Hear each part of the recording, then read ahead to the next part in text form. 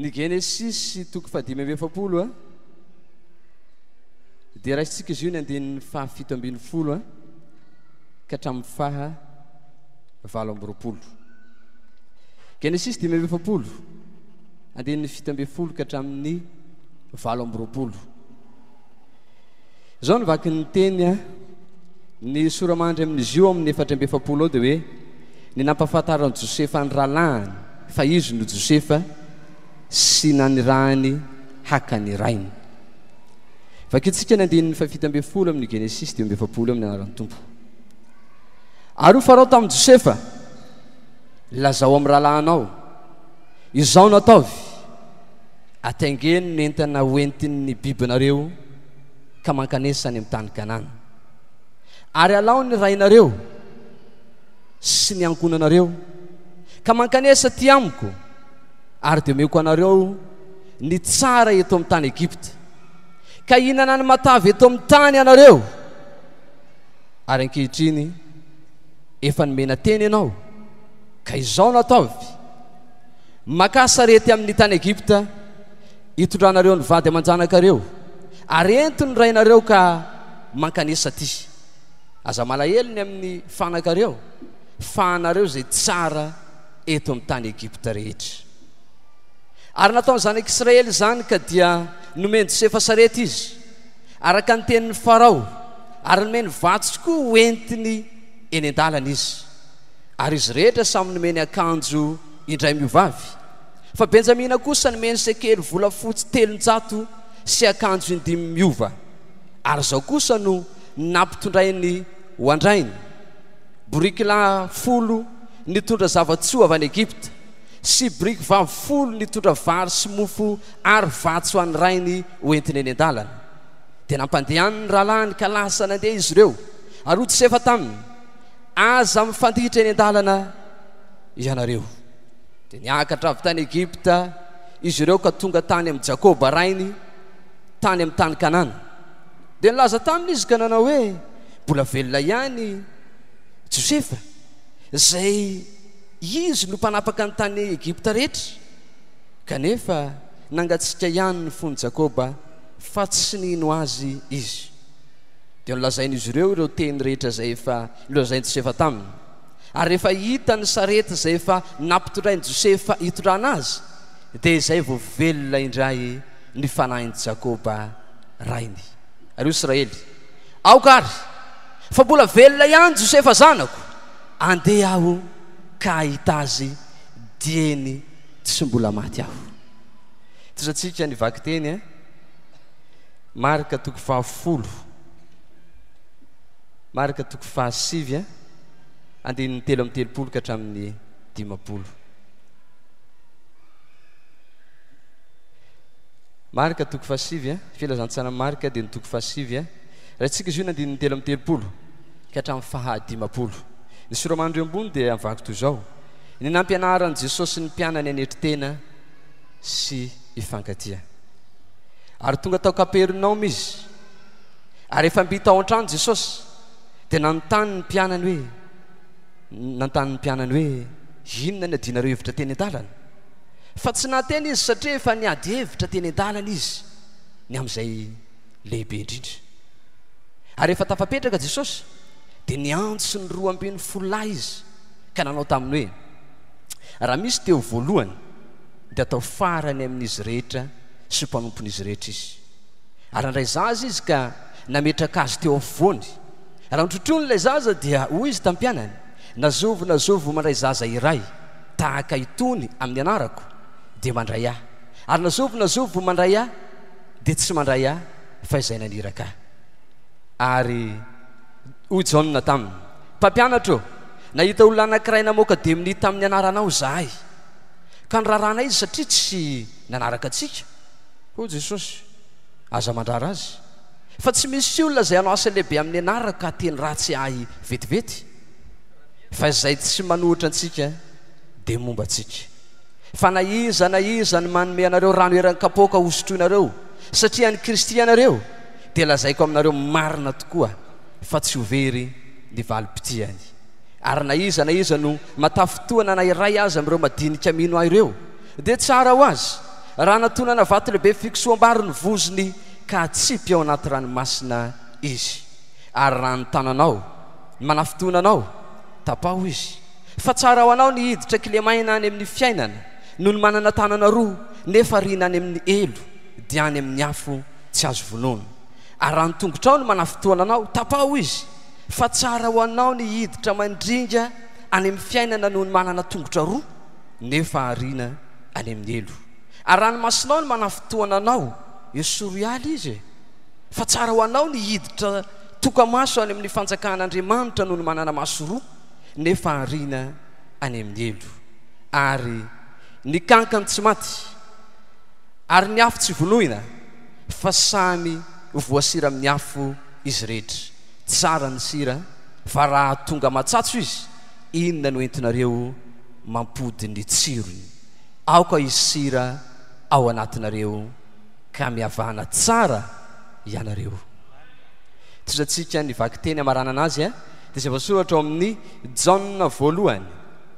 Jaona voalohany toko faharoa ka ny andininy 12 ka hatramin'ny 7. Jaona voalohany toko faharoa andininy 12 ka hatramin'ny 7. Zao no soramandry ambony eo fananarana mba tsy ho ty zao tontolo zao na ofitahan'ny antikristy fa mba hiorina tsara ao amin'ny Kristy. Manoratra aminareo zanaka aho satria voavela ny elokareo no ny anarany. Manoratra aminareo ray aho satria efa mahalala lay hatramin'ny voalohany ianareo. Manoratra aminareo zatovo aho satria efa naharesy lay ratsy ianareo. Nanoratra taminareo ankizy madinika aho satria efa mahalala ny ray ianareo. Nanoratra taminareo ray aho satria efa mahalala lay hatramin'ny voalohany ianareo. Nanoratra taminareo zatovo aho satria mahery ianareo ary mitoetra ao anatinareo ny tenin'Andriamanitra sady efa naharesy lay ratsy ianareo. Aza tia zao tontolo zao na aza zavatra zao tontolo zao raha misy olona tia zao tontolo zao dia tsy ao anatin'ny fitiavana ny ray fa ny zavatra amin'izao tontolo zao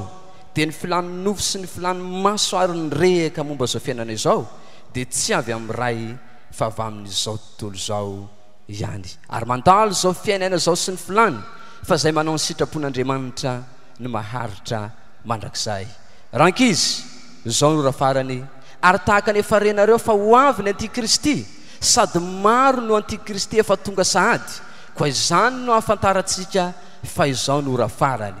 ary avy tamintsika ihany no nialy ireo nefa tsy mba namantsika izy fa raha tahiny namantsika izy dia nitoetra tamintsika ihany fa efa nialy izy mba aseho fa tsisy antsika izy rehetra. Raha eo manamasinana amin'ny fahamarinana ny teninao no fahamarinana dia ampandrosotsika ampanajana ny ray aman-dreny ny pasteur Mayol mba hivavaka ho an'ny tenin'Andriamanitra sy ny fanatitra ara-melabelatra sy ny tenin'Andriamanitra izany.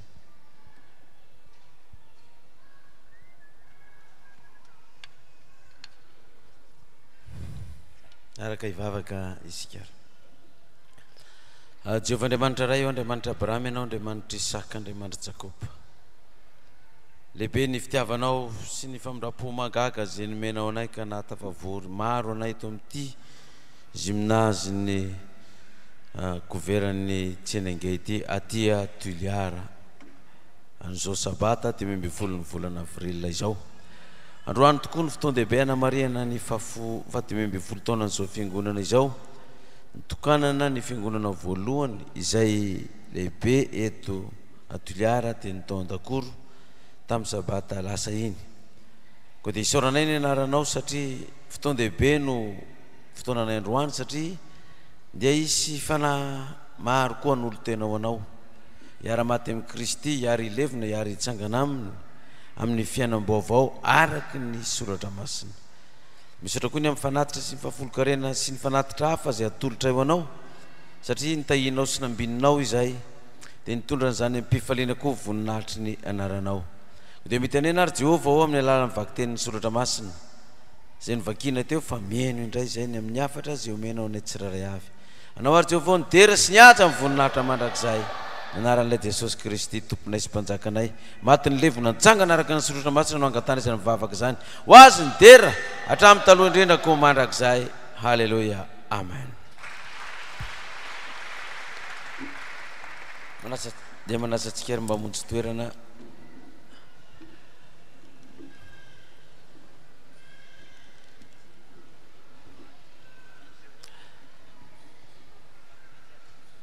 voninahitran'Andriamanitra irery ihany no ahafahako miarabantsika voakan'Andriamanitra eto Toliara nahatratra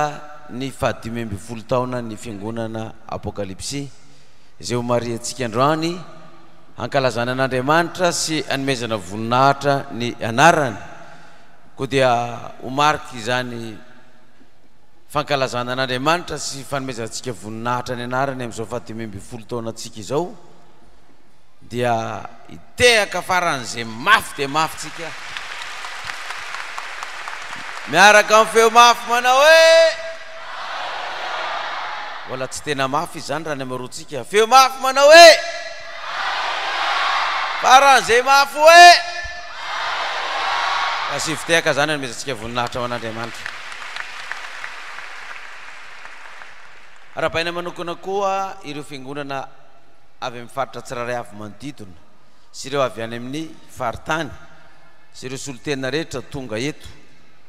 miaraka amintsika namarika ty 5 taona ity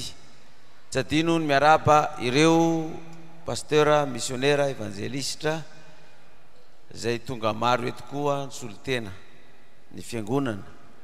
zay efa avy tamin'ity faritra ity arabaina manokana koa ireo loholona rehetra avy amin'ny faritra maro samihafa tonga eto ianareo sy tsika eto toerana mba hiaraka hifaly ame voninahitra an'Andriamanitra amin'izao 5 taona ny fiangonana izao tsy adino ny miaraba ny vahintsika rehetra izay tonga eto koa sy ireo izay an'olotena ho an'Andriamanitra ka ho atao batisa androany tsy adino koa ny miaraba ireo solotena avy any Antananarivo arapaina manokana amin'izany koa ny vady amanjanako madamako madame pastera sy ny ankizy tonga etoko fa tsy navelany horery akaty Toliara fa tonga koa izy namonjy ty 5 taona ity satria hoe teto Toliara no toerana nipetraha ny pastera Mayolla ela indrindra eran'ny faritany akoatra n'Antananarivo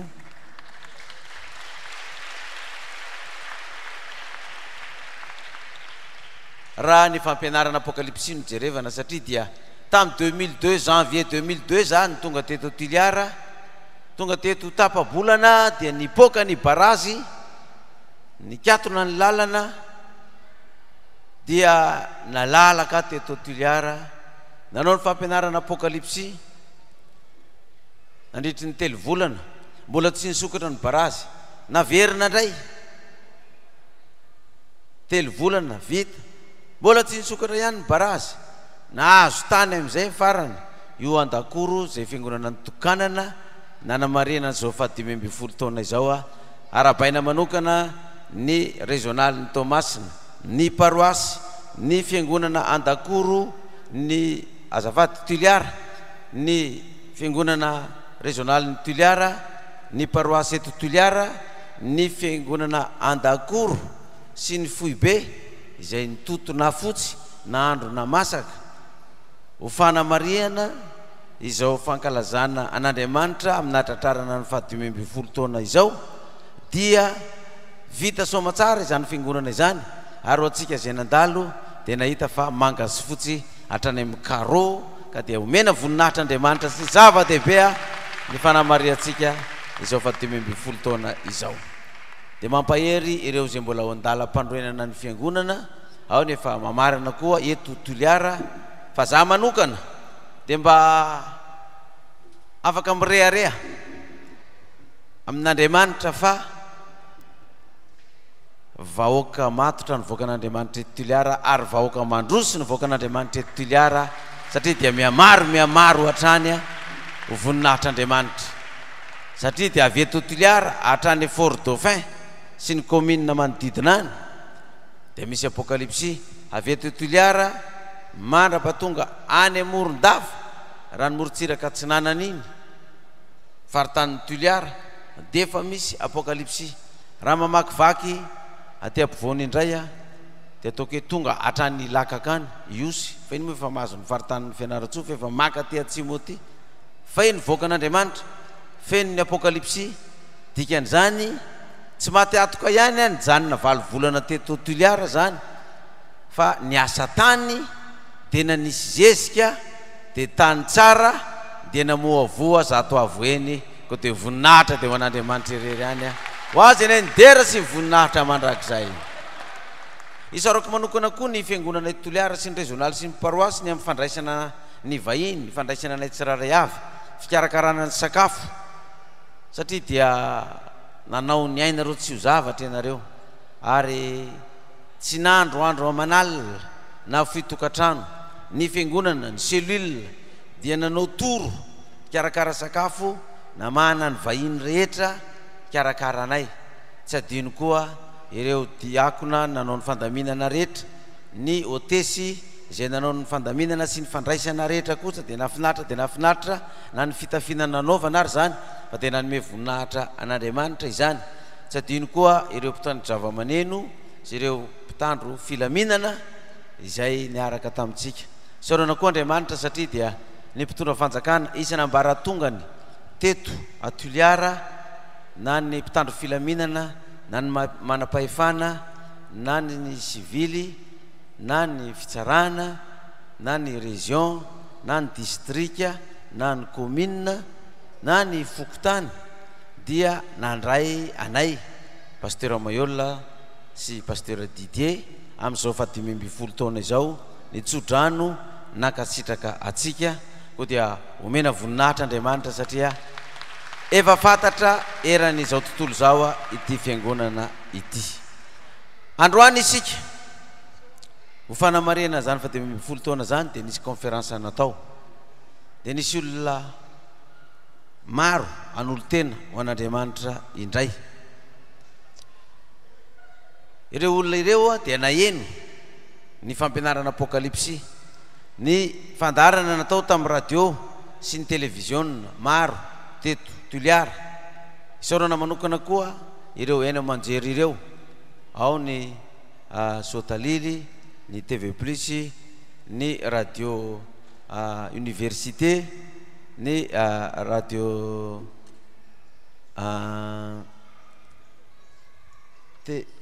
RTS ny radio RTS ny radio fanambarana izay napita ny feo tamitsika voaka teto Toliara nalala fa nandalo eto pasteur Mayola izy conférence natao teto amin'ny gymnase tao amin'ny lycée technique voaka zay conférence natao zay de maro ny olona tapakevitra iala amitoka iala am'sigala iala am'paraky maro ny olona tapakevitra iala am'ireo problème sy fahasaranana ary maro ny olona tapakevitra hoe an'olo tena ho an'Andriamanitra fa nahita ilay Kristy mpamonjy zao tontolo zao zay maty ny levona nitsangana araky ny soratra masina kandroany ny fotoana andoran'izy ireo tena ho an'Andriamanitra amin'ny alalan'ny batisa izany rahabaina manokana koa fa misy mpanompon'Andriamanitra mivady koa tonga eto amintsika rehefa nandre ny afatra de tsy menatra tsy natahotra fa ny fitiavana hoy ny baiboly tsy mba matahotra ny fitiavana an'Andriamanitra dia sa mijoro koa izy mivady tsy nandeha rery izy fa izy mivady niarana n'olo tena an'Andriamanitra arabaitsika manokana koa ireo mpanompon'Andriamanitra zay iara-ty amintsika ankehitriny zava-dehibe zany satria Andriamanitra tsy manavakavaka Andriamanitra tsy mizahatavan'olona fa mbola ho maro ny pasteur anompo an'Andriamanitra anara-diatsika ary mbola isy mopera koa ary ho avy isy masera koa ho avy fa de ome voninahitra Andriamanitra fa Andriamanitra tsy manavakavaka tsy mizahatavan'olona tsy mizahatavan'olona Andriamanitra ny avaritsika androany de miresaka ny amin'ny Joseph zay zanaky Jakoba tantaran'ity Josefa tia dia izy no tiany rainy kokoa mihoatra reo rahalahiny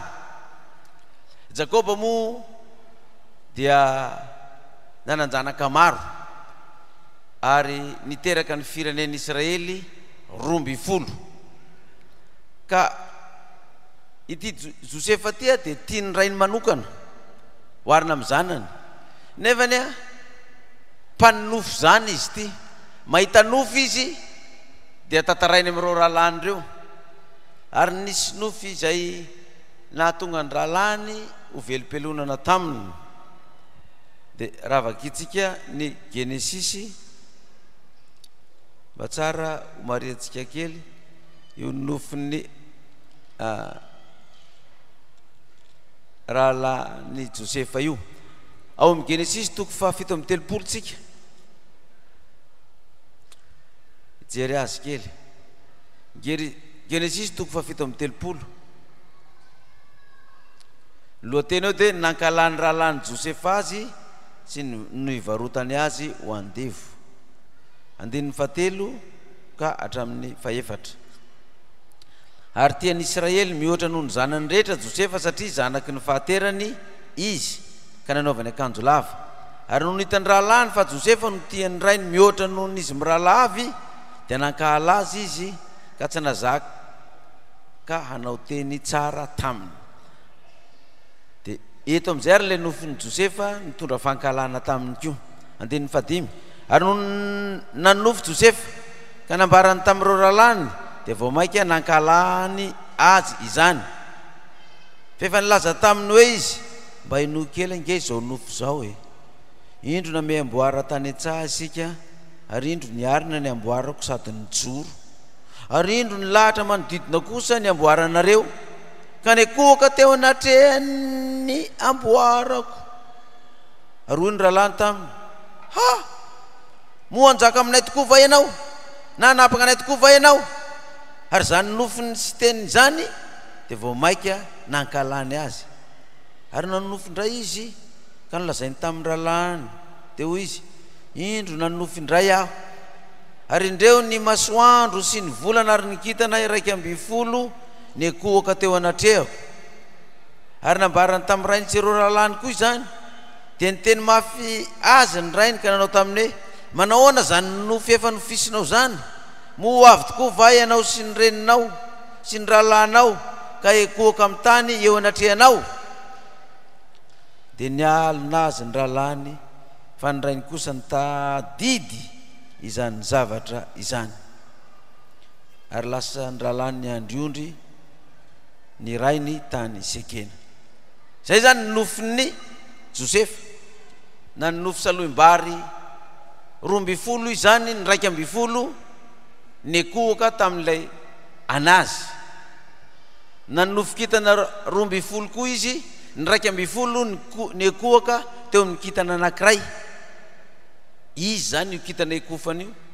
velom-pelonana amin'izay ny rahalany rehetrarehetra hoe ahoana re nanaovana nyity zandritsika ty fa ohatrany itsika indray no dia ekohaka amin'ity zareo ray fa samy hafa reny zany dia matetika mifankala koa reny zanaka samy hafa reny fa rairay dia ny problème rehefa lasa ny andriondro tany ny rahalany rehetrarehetra dia ozy izy ny ray ny mantseny Josefa andananao ozy izy mba mandeha anany anatero sakafo ro rahalanao ro ny mpiandrasan'ondry any amin'ny toerana lavitra any tonga tany izy Josefa dia zao nataon'ireo rahalany reo Genesisy 7:30 ny 9:20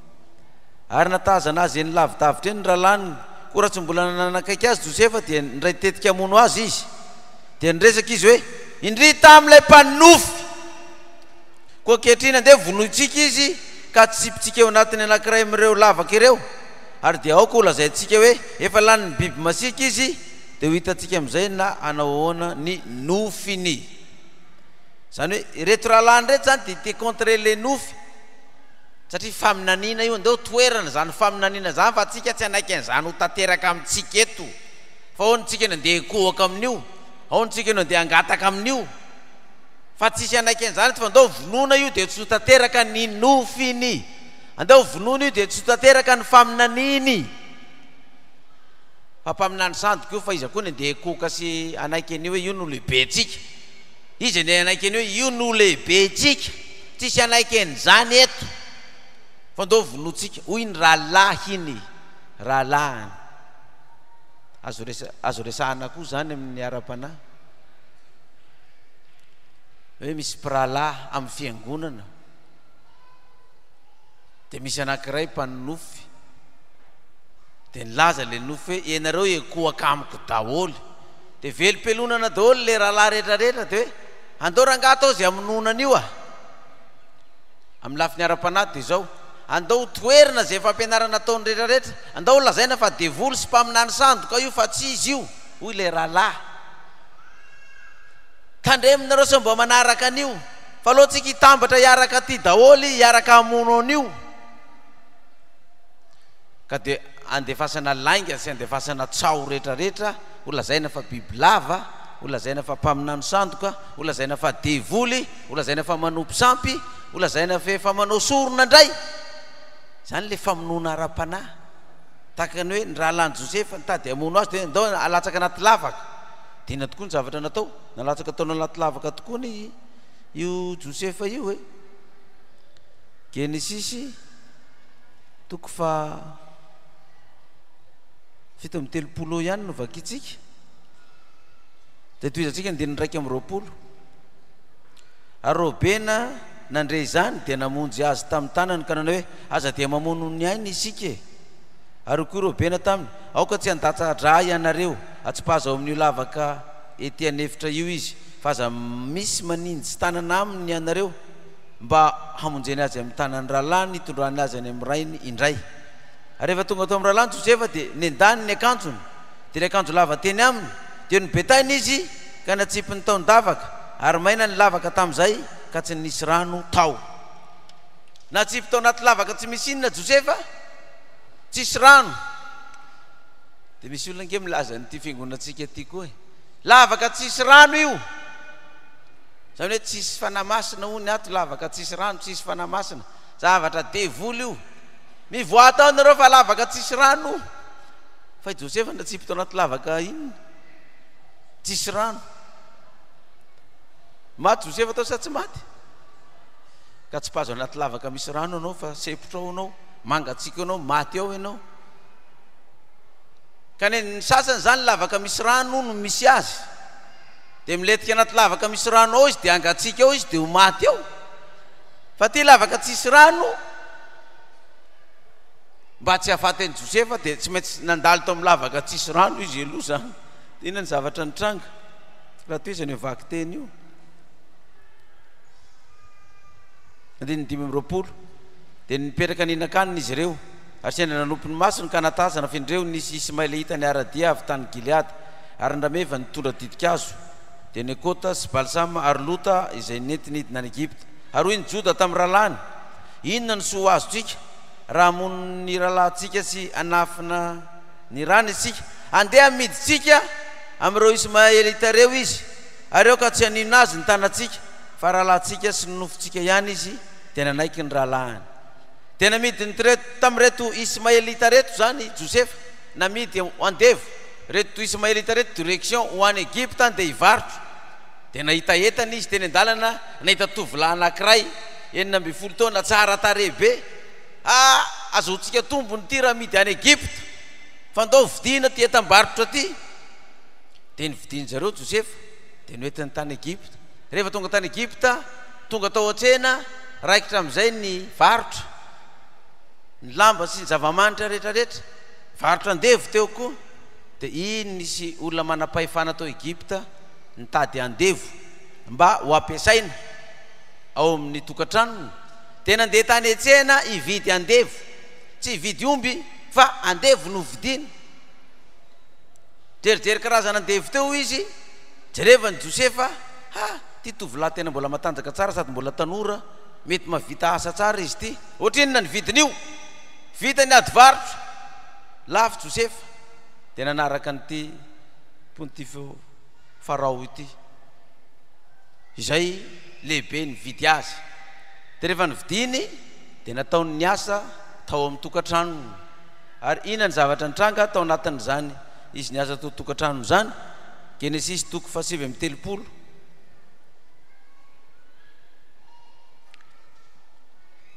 andininy voalohany nanovana ny Josefa tao tranomaizina ary Josefa nentina nidina ho any Egypta ary Potifara lehilahy Egyptiana tandapany Farao sady mpifen'ny mpiambina no nividy azy tamin'ny Ismaelita zay nitondra azy nidina tany ary Jehova nomba ny Josefa dia lehilahy nambinina izy ary nitoetra tranon'ilay Egyptiana tompony izy ary hitany tompony fanombany Jehova izy ka izay rehetra nataony dia nambin'ny Jehova avokoa teo aminy ary Josefa nahita fity teo mason'ny tompony ka dia nanompo azy dia nitendreny ho mpikarakara ny tao an-tranony ary izay rehetra nananany dia natolony ho andraikiny ary hatramin'izay nanendreny azy ho mpikarakara ny tao an-tranony mban'izay rehetra nananany dia nitahiny Jehova ny tranon'ilay Egyptiana noho ny amin'ny Josefa ary ny fitahiny Jehova nomba izay rehetra nananany na ny tao an-tranony na ny tany an-tsaha dia navelany eo andraikitsy Josefa izay rehetra nananany ary izy tsy mihevitra intsony izay rehetra nananany na inona na inona afa-tsy ny anyko aniny any ary Josefa dia bikana sady bogosy no be détente sady tsara tare zany zany Josefa izy niasa tao an-trano dia nombany Jehova dia tena marina sy mahitsy mihitsy Josefa mipiasa ao an-trano ao mbola veriko reny efa toroteny menantsika reny na dia misy vola ary hitany adin'ny patrony eo ambony latabatra eo dia tsy sahany Josefa maka an'izany na ariary na misy vola azy adinony anaty akanjony patrony na ny anatin'ny palitaony rehefa nasan'iny pataloha iny izy ka na vola betaka an'iny azy adinao dia alainy iny vola iny averiny any amin'ny patrony misy vola adino tato anaty posinao tompoko jerevany patrony tsy isy banga na dia tsy ao azy ny ao an-trano tsy voahity ny armoara misy vola i Josefa mampirina an'ilay armoara hitany ao vola be anaty armoara ao anaty coffre ao fa tsy maka any Josefa zany na ariary azy ary noho ny asa nataony Josefa zay natoky dia nenanakarena ty patron ty ary le patrony dia tena natoky any Josefa amin'ny asany rehetrarehetra tao an-trano ka na dia tsy midy ary ny tranony dia matoky an'le mpiasany io izy zany fa io andevo koa dia mikarakara io iary io tsy mangalatra io koa tsy azon'olona vidina anao amadika fa dia olona azo antoka io dia nomeny le patron toerana ambony dia ambony Josefa ny problème nefa tao anatin'izany satria Josefa tovolahy tsara tare sady bogosy izy ny be détente bogosy be dia ny vadiny ty patron ty madama tsara tare koa le vadiny io taratara tamin'ny Josefa nicotine Josefa avile tsy biso kely aloha ndao hiaraka andro tsika ndao to ray fandrina patron tsy ao zao fa lasa nandeha lasa ry nakaty fa ndao tsika hiaraka ato trano ato fa tsy nety mihitsy Josefa azafato izy Josefa efa nomen'Andriamanitra anao fahefana nomeny patron vadinao ao izy ny fahefana rehetra amin'ity trano ty zany mendraikitra anazy afa-tsy anao vadiko rery ihany ahoana zany no andeha hiaraka aminao ahoana zany no andeha hiara-mandry aminao rehefa tsy eto ny patron ka za tsy ianao an'izany ahoana ny ilazany baiboly an'izany indrepandea ihany ve le raha matoa ny teny zany tamin'ny Josefa sa impiry ny tenenany an'izany Genesis toko fa 7:30 ny andininy fasivy ka hatramin'ny fahafolo Genesis toko fa 7:30 andininy fasivy ka hatramin'ny fahafolo tsy misy lehibe noho izaho raha ao amin'ity trano ity ary tsy misy zavatra narovany amiko afa-tsy ianao ihany satria vadiny ianao koa ataoko ahoana no nao izany raha tsy lehibe izany ka anota amin'Andriamanitra ary na dia niteny tamin'ny Josefa isan'andro aza raha vehivavy dia tsy nety nanaiky azy andry aminy izy na hiara-mitoetra aminy tsy nanaiky andry aminy izy na hiara-mitoetra ny teny izany isan'andro isaky mifankahita ao zany dia hitany madama foana Josefa dia saromeny madama foana Josefa elahy ty mahafatifaty bogosy kely avy aloha biso e midira ty an-trano aloha fa tsika sialarery ny ato trano fa ny mpiasa ny ivelany any daholo tsisy mahita efa nasaiko nandeha nivoaka daholo ny mpiasa rehetrarehetra fa ndao tsika sialahy ato trano biso mabe ndao andry ty an-trano anaovan'le madama akanjo mampiseho kokombra be reny zany Josefa anaovan'le madama akanjo mini zipo mba ho hita tsara ny fen'le madama fotsifotsy dia mivelabelatra ny lony eo dia viens Joseph viens sauce be ngala tsy sauce izy mantsy Josefa fa lasa foana Josefa tonga dia katony varavarana lasa ny patron herinandro ray volana any tsita atsony foana Josefa amin'ny alina anatero jus kely atety le lamba ao anatero rano ampandroy miala foana Josefa mety atsony ary Josefa am'zany Josefako avy Josefako ianao ny Josefako bonjour Josefako ndao hiaraka torokely orokely Josefa orokely ny lamosiko orokely ny cocombrako isan'andro izy orokely ny feko ataovy bonibony ny tanana rehefa manotra ny feko Josefa elangy bogosy kely inany tiany lafa meko daholy ty vola amena vola kely ndray Josefa ty meko vola be lafa andao hiaraka tsika tsy nety mihitsy Josefa mba firy ny tanora tovolahy mba mety ataty an'izany fakapanahy zany hoe eo anolohan'ny vadin'ny patron ngamba raha ozy izy le mpamara sasany reto asiako zany raha za tamin'ny toeran'izany izy antsony nahita ohatr'izany zavatra patron be ty tonga dia efa miantoko anahy io zay ilaiko rehetrarehetra izy koa ny alalany eo tsisy mahafantatra fa tsy nidirany Josefa mihitsy ina zavatra nitranga rehefa tsy nanaiky mihitsy Josefa taitra ary le madama ty ve dia tsy anaiky mihitsy tasoro angafo forseko iny Josefa natsona avianao ty vetivety orokely orokely ny kiboko vao nanotra iny Josefa tonga dia ny stonony viens sady ny stonony teo amboniny dia ny fiiny kofokofoka be am'izay Josefa sady ny ala tafala le lambany tetavela tao am'le vehivavy tao sady lasa izy nivoaka ny trano eo am'izay le vehivavy fa samy efa ho ratsy ihany natsony am'izay le mpiambina miaraka aminy tao garde avianao ty nareo lozanareo mandehandeha za zao taony violeny Josefa terena hiaraka taminy jereo ny akanjony ty lozanareo mbola miperaperaka any ivelany any marina ve zany madama io ny akanjony lambany mbola tavoatanjoko ty tena olona tsisy fotony mihitsy iny iny mba natokisaka ny vatoko nefa zany ray ny violeny tato otrany tato tonga am'izay le raha mise vatany finy ty mampitomany anao zava-doza ny tranga tato otrany tato tata le Josefa natokisanao iny ny violeny tato aty ny lambany mbola ty dia izany le lavatiny ty madama ty tsy inoany zany izany tsy inoany zany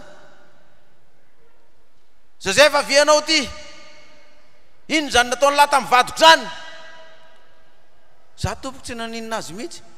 ny akanjony lahy rehefa tratra io ny lamba lako mbola mandala nanolana ny vadiko tato tena tsy nanolana za tompoko raha tsy izany anaiky an'izany nanolana lahy io nanolany tena efa nitoeraka mbola forceny tena ihany atato za madama tsy nananao an'izany fa ianao tsisy telana zany nolana olana eo atato mbola mandanga ialina ozy izy le patron matsonzay mbola mandanga ialina garde alefa ampidirany aponjy io tsisy olana natokitako tato am'ty trano ty raha tsy elany rehetrarehetra ny vadiko ihany tsy navelako kiany lany efa zao dia tsy tahotra tsy enatra kadrahoany io za tsy mila an'io ato antranoko tsy mila an'io tsony raha mbola teo vatonao koa tsy mila an'io mipetraka atsony sady mitomany le raha mato dia eritrereto am'izany nahazony Josefa tonga dia any aponjo raha ty amintsika zany tonga dia any Sefa ina moa le fonja tiliara ty ina moa ny anarany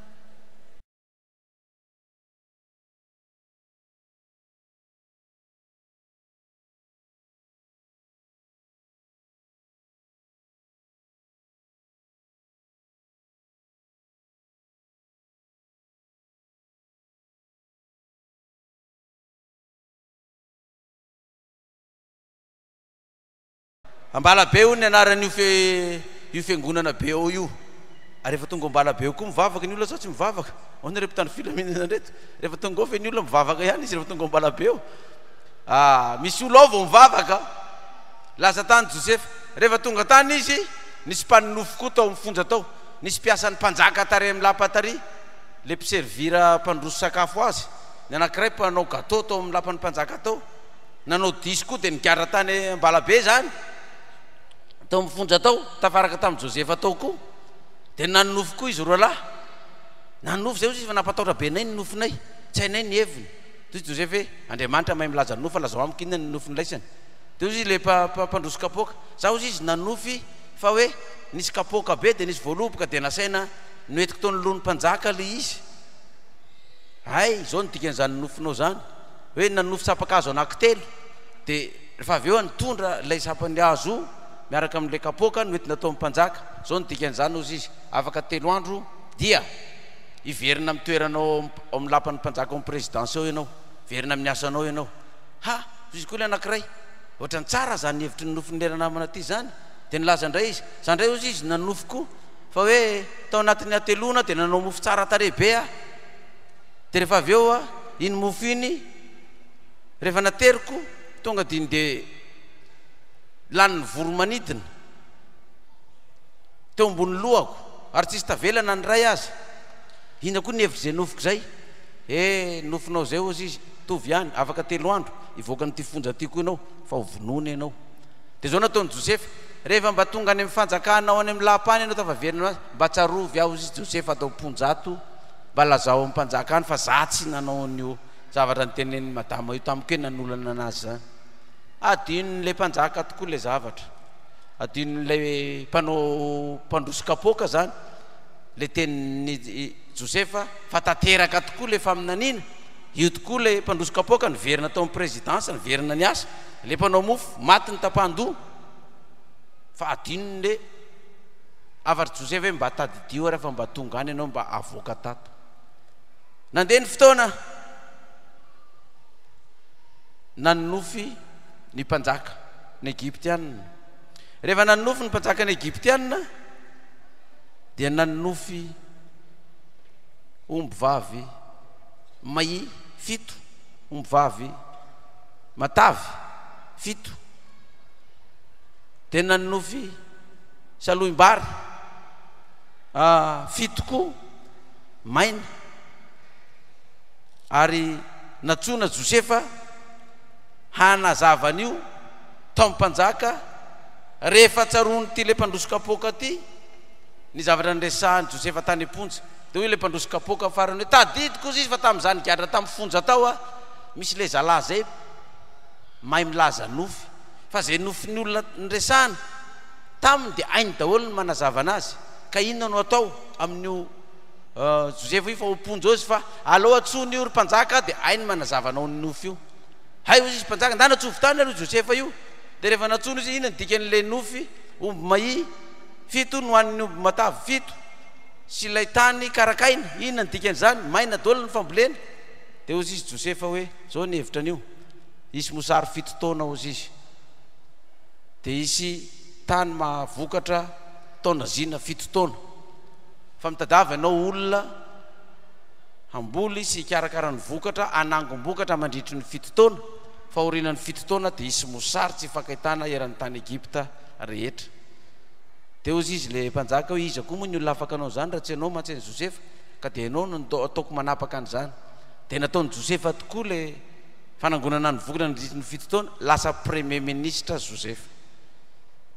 rehefa lasa premier ministre izy dia iny rahalany Josefa zanaky Jakoba rehetra maty ny anohanana tany andeha akany Egypta andeha hividy sakafo tonga tao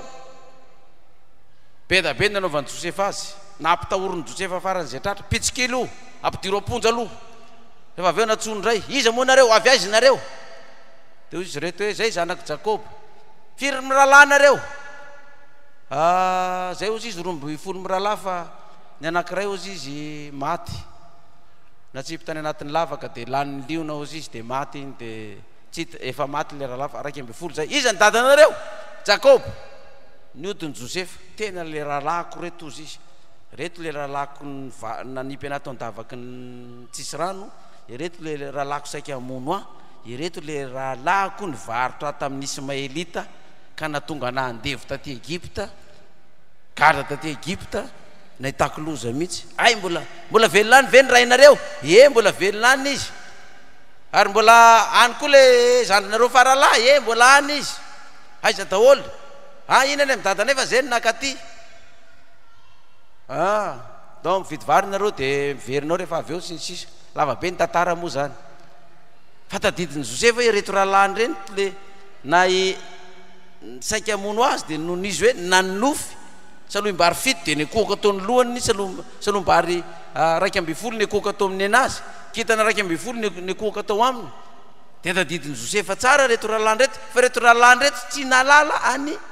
Josefa hoe le rahalahy ny vonolony ty efa lasa mpanjaka ato ity de ina ny zavatra nitranga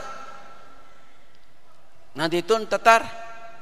natsony Josefa am'izay izy ireo maraparana atsika azy de akatsika lesona Genesisy toko faha 5:7 zao nataony Josefa tamin'ireo rahalahy reo azonareo vakina io tantara io fa tsika moa tamy 5:7 misy miperekopa atsika fa raisitsika toko faha 5:7 izy ny andininy voalohany sy ny manaraka 5:7 Genesis 45 andininy voalohany sy ny manaraka ary Josefa tsy natsindry ny fangorakoraky ny fony intsony teo anatrehan'izy zay rehetra teo aminy de niantso azy izy ka nanao hoe avoay ny olona rehetra hiala teo amiko ary de tsy nisy olana diray aza nijanona teo amin'ny Josefa raha nanao zao afatarany rahalany azy izy eto zany Josefa vao ampafatany ny rahalany zange le rahalany vononareo le namidinareo zao nareo zao tonga ankehitriny ekoka amiko daholo andininy faharoa de nitomany mafy izy ka reny Egyptiany na reny tao atranony Farao koa ary Josefa tamin'ny rahalany izaho ny Josefa mbola velona ihany va ikaky ary tsy navaly azy ny rahalany fa torakovitra teo anatrehan'ireo ary Josefa tamin'ny rahalany avia manatona ianareo de nanatinareo ary Josefa izaho no Josefa rahalanareo izay namidinareo ho aty Egypta ary ankehitriny aza malahelo natezitra amin'ny tenanareo noho ny varotanareo aty fa monjy aina no nampandehanan'Andriamanitra ialohanareo aty fa roa taona izao no efa nisiny mosary teto amin'ny tany ary mbola misy 5 taona koa zay tsisy iasantany na ijinjana ary Andriamanitra efa nampandeha ialohanareo mba tsy halany taranaka anareo any amin'ny tany fa amelona anareo amin'ny famonjena lehibe ary am'izany tsy anareo no nampandeha ho aty fa Andriamanitra izy no nanao aho rainy Farao sy ho tompony ao an-tranony rehetra ary ho mpanapaka ny tany Egypta rehetra andeha miakatra fainganareo ho any amin'ny kaky ka lazao aminy hoe zao no tenin'ny Josefa zanakao efa nataon'Andriamanitra ho tompony Egypta rehetra aho ka midina akaty amiko fa aza mijanona zao ny sariny zany ozy izy Josefa za ozy izy le rahalahy namidinareo ho aty Egypta fa amonjy aina no nampandehanan'Andriamanitra ielohanareo aty ka noho izany aza malahelo ianareo satria tsy ianareo no nampandeha ho aty fa Andriamanitra eno tsara zany teny zany reto rahalany reto zany dia nanenjika sy namonany Egypta de nandefa anazy nivarotra azy de ozy izy Egypta ny antony io zavatra nelako tamin'ny fianakaviana io natongavako amin'ity toerana iray ity de efa Andriamanitra nanao an'izany meloa Andriamanitra nefa nanao an'izany fa tsy avy aminareo zany ka noho izany na de saika hovononareo raha de mamela ny elokareo inona ny sariny zany am'izao fa 5:10 taona fiangonana Apokalipsy zao androany misy batisa sy ny tantaratsika eto Toliara itsika io niala tany amin'ny ray aman-drenitsika io itsika Apokalipsy itsika zay atao batisa androany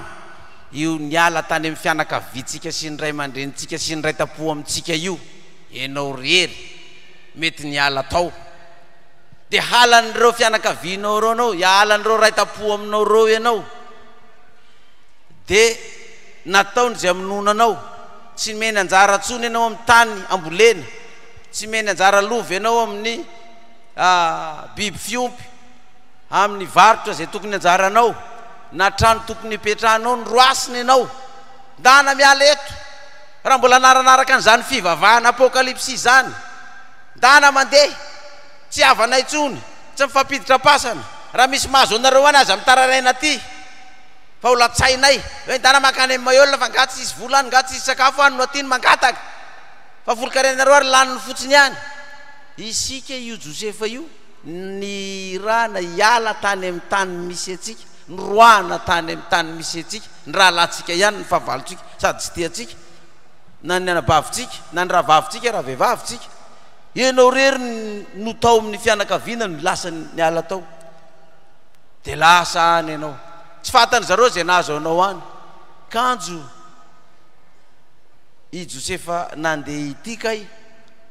nambinin'Andriamanitra izy rery no tahin'Andriamanitra izy rery ary de niavany sy ny ankonany ray no lasa ny ekohaka sy ny raita-po aminy nandady nangataka taminy de itsika avoakan'Andriamanitra ireto koa zany de tena enjena avy any amin'ny fianakaviana any enjen'ny olona ray tanàna satria ianao rery no lasa ty fa io zavatra io zany efa programan'Andriamanitra aminao mission'Andriamanitra aminao fa ianao no ataon'Andriamanitra hamonjy ireo fianakavianao rehetra ireo raha tsy mihinao an'izany ianareo aza mitehaka tava amen mafy amen ireo rahalahy sy anabavy sy ankonana rehetra nankahalany Josefa reo tany aminy tonga tany aminy nangataka satria nisy le nofy izy akony andeha ekohako ny lony lahy izy anao andeha ho mpanompony lahy lahy no mpanjakanay ndo la vononay de ny vonona amin'ny fomba rehetra izy azo minona azy de tahaka izany le aminona atsika vonona ngetsika tsy mena asy tsy mena tany amboleny tsy mena trano ipetrahany tsy mena fanampiana amin'ny fianakaviana tsy hiditra fasandrazana fa minonana zany fa nomban'Andriamanitra Josefa ka tahaka ny nomban'Andriamanitra ny Josefa koa mbola omban'Andriamanitra atsika koa samy ala amin'ny fianakaviana sy ny toeram-piasana sy ny fiarahamonina sy ny tanindrazantsika io amin'izay alehantsika de raha tsy mino an'izany nareo aza mitehaka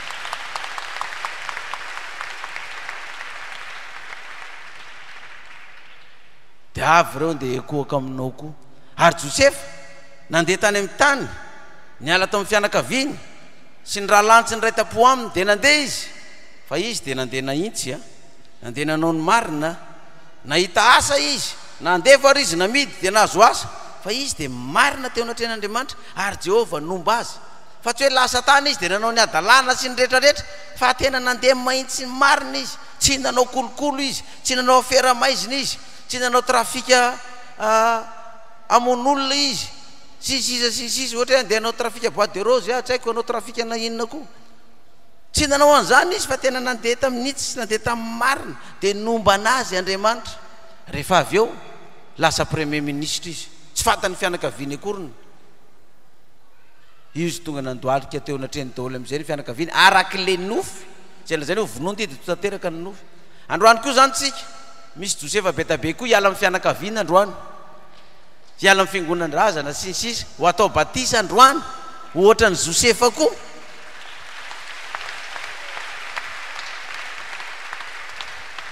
amin'izao fankalazana ny 5 taona ny fiangonana zao fanomezam-boninahitra an'Andriamanitra de misy Josefa lehilahy Josefa izy ny lehilahy fa ny vehivavy izy Joséphine misy Josefa sy Joséphine ho atao batisa androany hiala amin'ny fianakaviana ho ala ny fianakaviana ho ataon'ny fianakaviana zay aminona azy fa i Josefa sy Joséphine nandeha androany io de omban'io Jehova amin'izay alehany rehetra tao amen mafy amen ary ireo fahavalony manenjika azy ireo raita-po aminy sy ankonany manenjika azy ireo de ho avy angataka aminy rehefa afaka fotoana foy ataova amen mafy zay mandatra lahatra hoe lavaka tsisy ranony ianareo mahantra eo anareo sy ny sisa ho avy reo olona avanareo ireo manao hoe miala tao de amenay ampinay nareo raha miala tao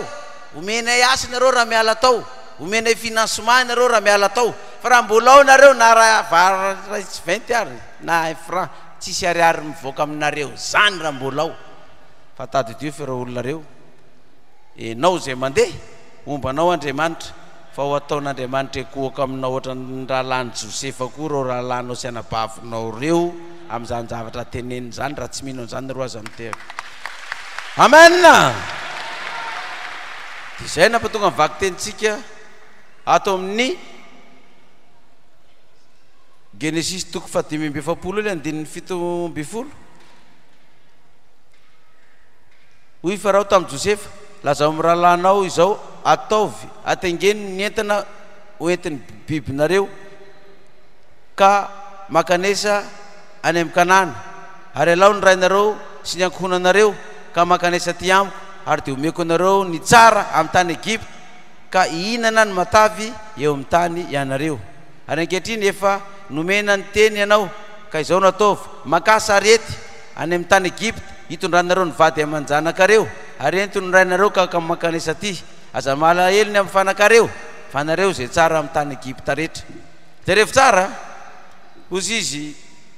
Farao président matsin'ny Josefa alaovy daholo amin'izay ny fianakavianareo rehetrarehetra hatrany amin'ny zanany sy ny zafiny hoety maka ty dia maka sarety hitondrana ny entana rehetrarehetra zao ny sarin'izany rehefa tonga ny fotoana ny tahin'Andriamanitra anao satria nandeha tamin'ity lalany ity ianao efa nambinin'Andriamanitra amin'ny rehetrarehetra dia misy baiky tonga aminao indray dana alaivony ray aman-dreninao le tsy tianao satria nalefa taty anao alaivony zany rahalanao sy ny ray tapohanao reo io ny sarety io ny tôbily io ny camion io ny 4x4 io ny karabe ampidiro anaty tôbily daholo reo dia hoety makaty hiaraka aminareo aty raha ny tena marina hoety mandeha amin'ity lalana aty hoety aty ho atao batisa daholo reo rehefa tahiny ianao dia atsoy daholo ny vady aman-janakao fa zavela ho rery ihany amen. Dia zany mampatonga atsika hoe ianao rery ele ny tonga tato dia voatarika eo ny rahalanao voatarika eo ny anabavinao voatarika eo ny ray aman-dreninao voatarika eo ny vadinao ny ankohonanao mety anao ram-pianakaviana ihany ny tato voatarika eo ny vadinao voatarika eo ny zanakao alao daholo reo raha azo taterina amin'ny tôbily izy dia tatero amin'ny tôbily ny aviany Befanamy sy ny aviany Miary sy ny aviazy akoho avy any Saint Augustin ndana alefaso ny sarety alefaso ny tôbily hitonan'ireo olona reo dia hoety makaty daholo reo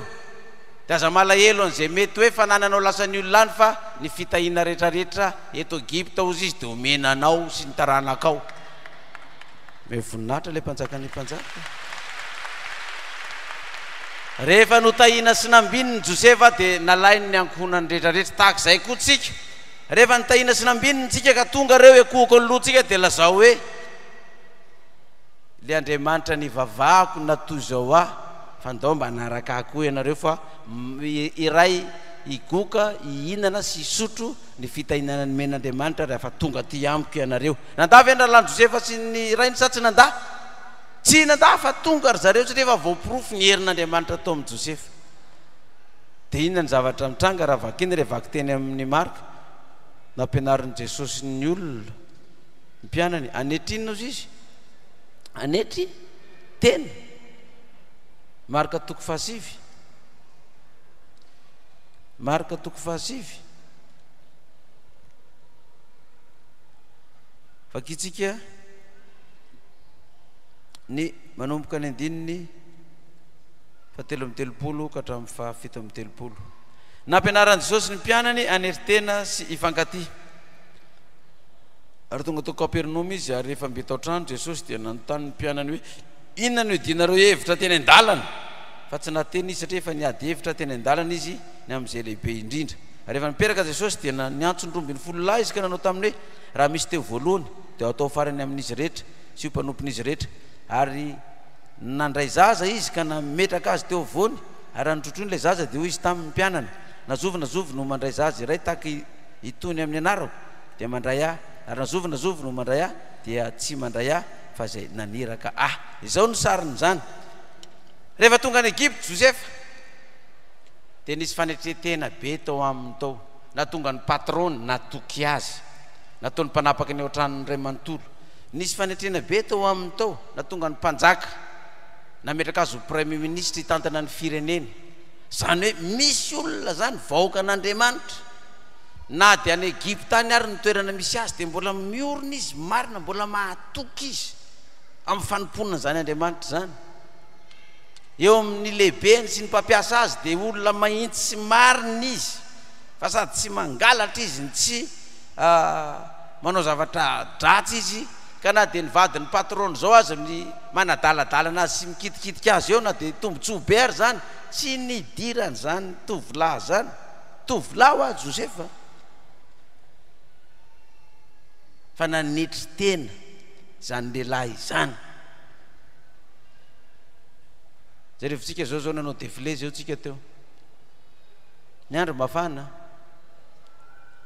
voninahitra ho an'Andriamanitra fa mampanetretena ny lazana zany za vera ny tokony izy tsy hoe mba hititireny ambony tôbily ina dia ny olona mandeha tongotra dia za mandeha tôbily fa tsy mety amiko zany hoe ianao mandeha 4x4 fa ny olona mandeha tongotra za nidina nandeha tongotra ho hitan'ny olona satria takina hoe anao midina ambany midina dia mandeha tongotra faly ery ny olona nahitanao paster mandeha tongotra iny izy hitan'ny olona io manetry teny ianao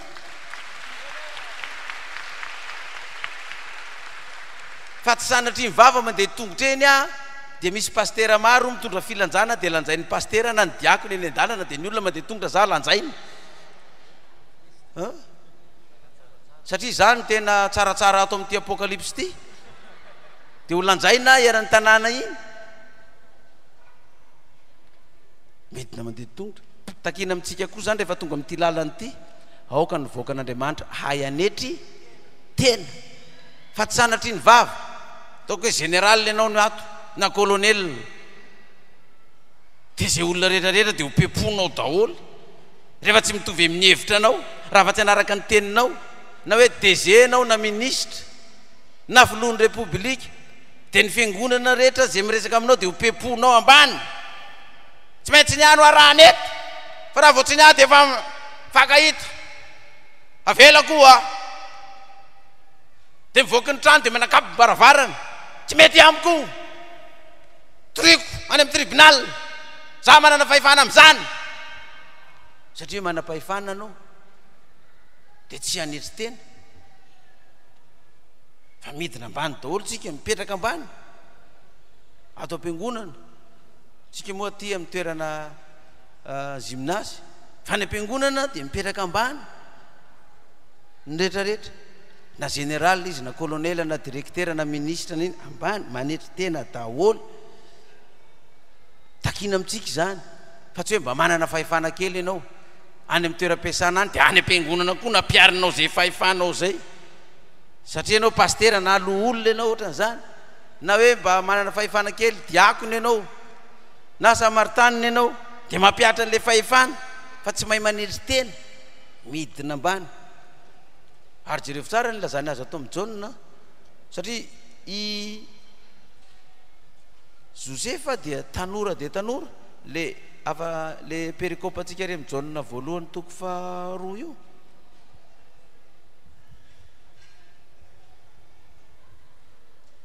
Jaona lazany ny tanora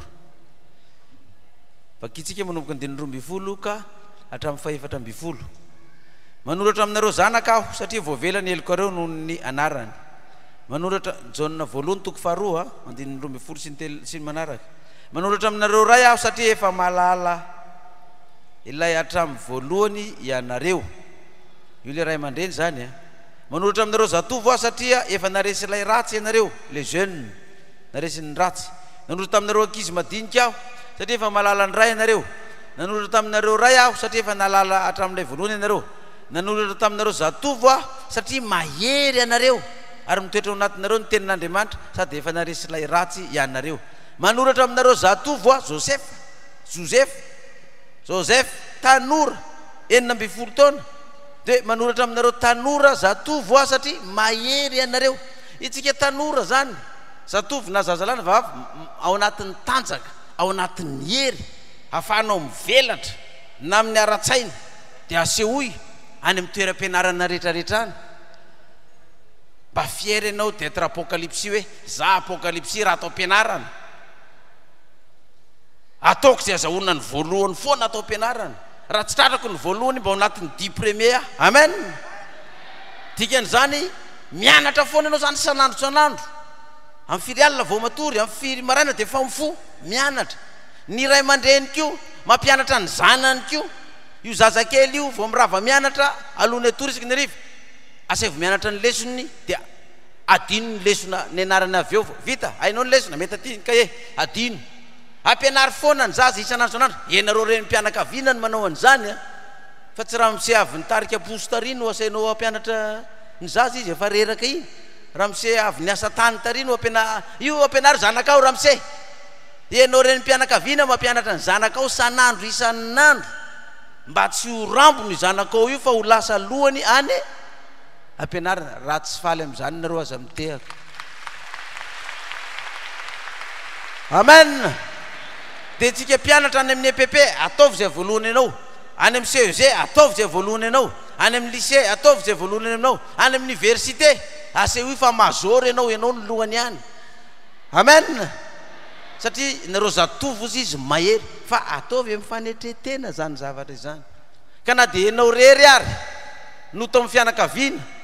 no natsoina namidy lasa tia Egypta rehefa manetry tena tsika amin'ny herintsika sy ny tanjakintsika io dia hoasandratr'Andriamanitra tahaka ny Josefa koa tsika amen amen ka mitodika amin'ireo zay an'olo tena ho atao batisa androany mahery anareo tanora mandehana manolora tena fa efa naharesy ilay ratsy ianareo fa andresena lehibe no nolotsika ary Andriamanitra no hitahintsika ary ny olona rehetra zay nitady hamono atsika tsy izay nivarotra atsika sy nanapotika atsika dia mbola ho avy ekoko anoloany tongotritsika koa ireny raha tsy mino an'izany ianao aza mitehaka amen amen mitsangana ary fehivavaka tsika isotran'Andriamanitra amin'izany afatra izany fa Andriamanitra dia tsy mizahatavan'olona tokoa ary tsy manavakavaka izy fa zay manatinao izy tsy mbo misy olavoko na iza ao sy tony amin'ny tanana ny namanao io mitsangana fa efa hitahantsika Jehova aza mitarehetrarehetra intsony efa omba atsika Jehova amin'izay alehantsika rehetra satria vahoaka manetry tena tsika vahoaka mataotra an'Andriamanitra itsika hivavaka isika ary Jehovah Andriamanitra ray eo lehibe ny fitiavanao lehibe ny famindrapo zay nomenao anay misaotrany amin'ny afatra zay nomenao anay tamin'ny alalan'ny Josefa fa niala avy tany amin'ny fianakavianay tsiraray avy tokoa izahay ary maro zany tamin'ny fianakavianay no namonina faty anay mihitsy fa tsy matiny izahay raha natonga amin'izao lalana izao androany koa dia misy lehilahy sy vehivavy maro koa tahaka ny Josefa hiala amin'ny fianakaviany koa ary sedra ady mafy tokoa fa rehefa miorona sy mijoro manetry tena mahatoky aminao nefa nyzany vahoakanao izany dia za mihiny Jehovah Andriamanitra rehefa tahaka nataonao tamin'ny Josefa tanora zaza ihany ka nombanao azy no mbola ho ataonao mpanomponao zay an'olo tena mibatisa zao koa dia atolotra ianao ary ny dera sy ny aja sy ny voninahitra mandrakizay matoky ara eo fa tsy ova ny teny fikasanao amin'ny zanakao hoe ndana ataovy mpianatra ny firenena rehetra dia zay mino dia ataovy batisa sady mampianatra azy ianareo hitandrina zay rehetra andidiko anareo dia indro amomba anareo mandrakariva mbara-pahatonga ny fataperan'izao tontolo zao tsapanay tokoa zany tompo fa raha tsy momba nyty fiangonana teto Toliara ty ianao tsy nisy zao fa 10 taona zao tsy nitokanana ny fiangonana an-dakoro ary tsy isy fitahina azo ny vahoaka an'Andriamanitra koa nanao izany fa satria nomba sy nitaha ty fiangonana ty ianao dia tahaka nombanao ny Josefa dia miseho ny voninahitra ao Andriamanitra amin'ny alalan'izao fitafiana manga sy foty zao hita ny Toliara ray reny votra ray manontolo fa misy fahazavana eto amin'ity firenena ity ka dia mba androso tokoa ny ty faritra ty satria misy Josefa maro eto amin'ity toerana ity anao ary Jehovah nidera sy nihaja amin'ny voninahitra mandrakizay ny anaran'i Jesosy maty ny levona nitsangana araka ny sotro masina nangatanay izany ho azy ane nidera hatramin'ny taloha indrindra koa mandrakizay alleluia amen